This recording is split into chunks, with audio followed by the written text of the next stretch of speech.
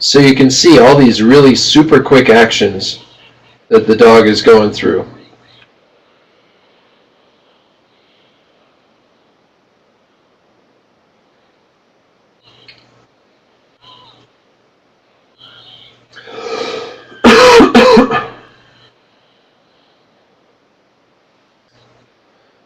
Okay, so there was a ton of stuff in there, and when I initially pulled this clip, I was thinking, okay, I'm going to step through this now, and I'm going to see all the anticipations that he uses to go from the one pose to another pose super quickly, right? And let me find where he first goes to another pose here. Come on. Here, actually, let me add another level so I can draw over this if I want to.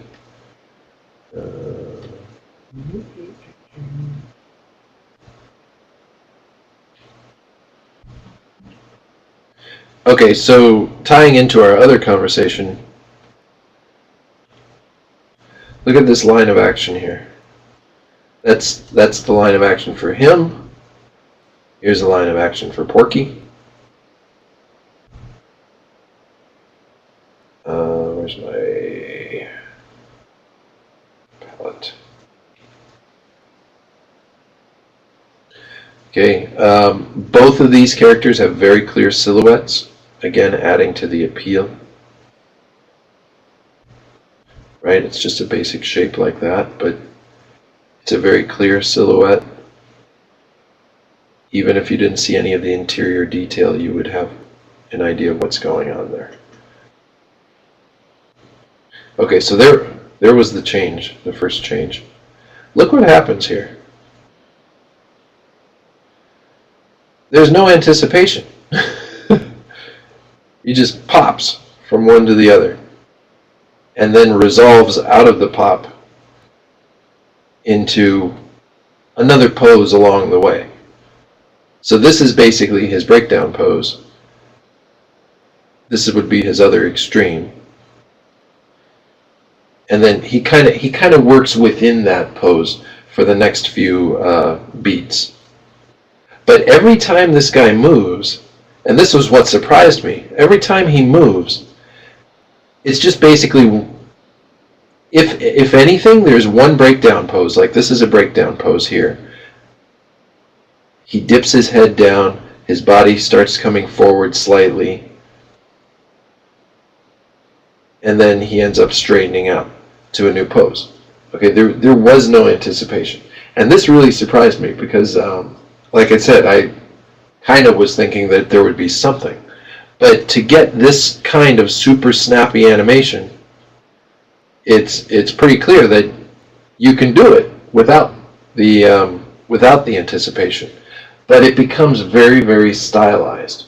Okay, this is a very cartoony form of animation, and it would not work, you know, in features perhaps. It depends on the style of the feature. Now, for something like maybe Despicable Me or Hotel Transylvania, you might have moments where you could get away with something like this.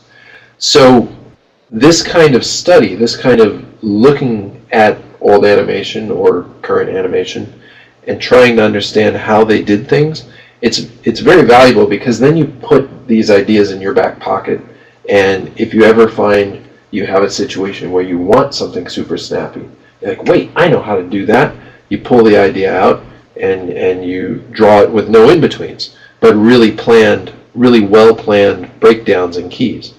So, you know, in this guy's case, he's doing exactly what we did with Todd's, which is to look at the shape that he's starting with, right? This is the basic outline shape. He has a transitional pose here. He's got arms there. See the head's following an arc around? And interestingly too, even though his head is turning completely around, notice that he never has a 100% straight on view of the nose. Okay? even this view is slightly off center.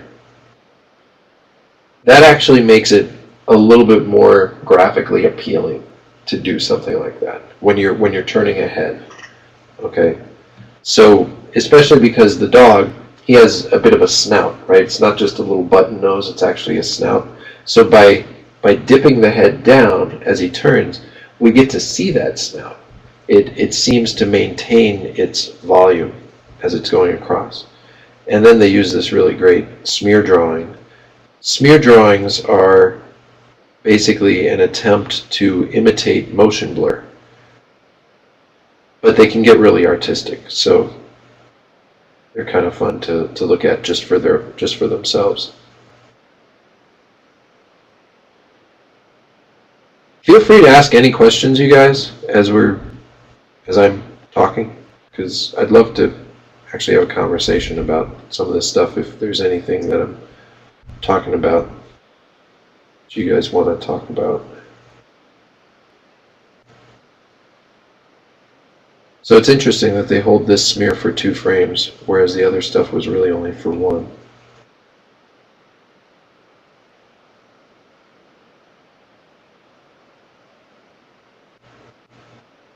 So you can see how fast he gets over there, just really in 4 frames.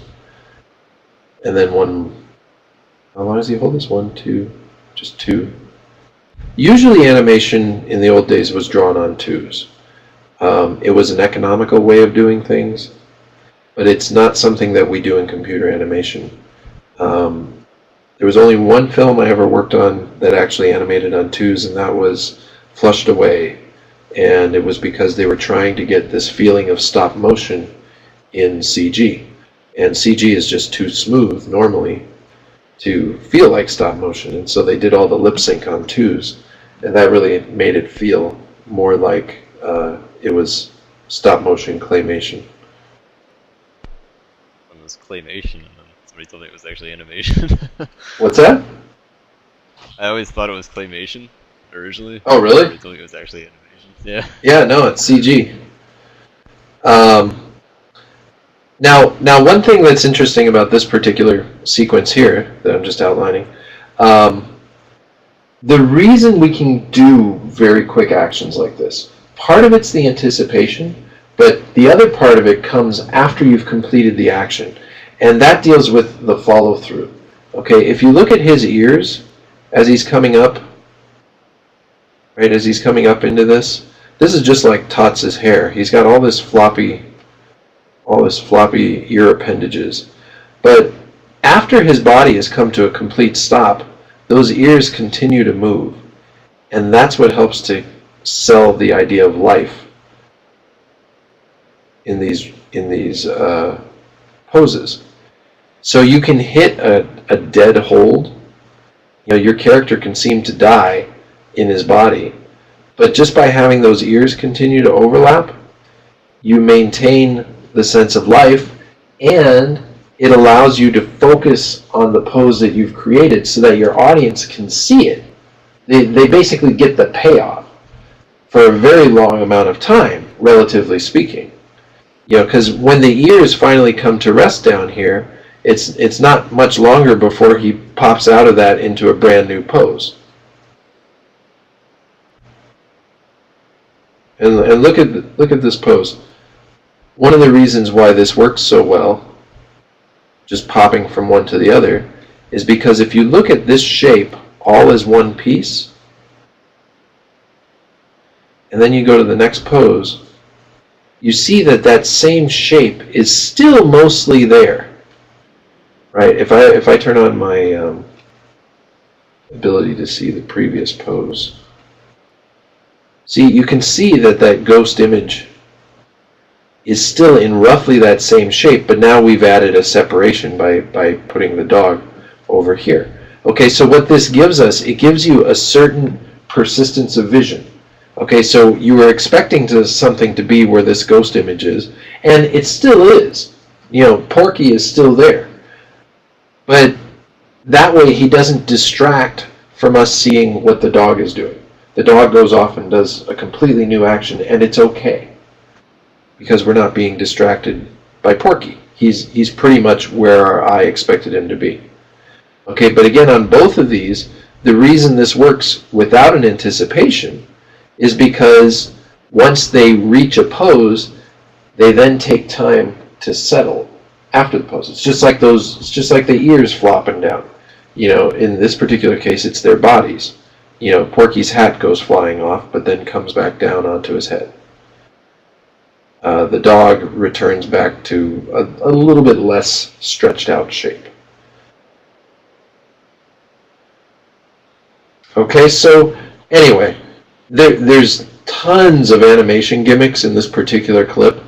Multiple images being used. Look at this guy, 3 dog heads, in just one frame. This is something that they did to create a certain smooth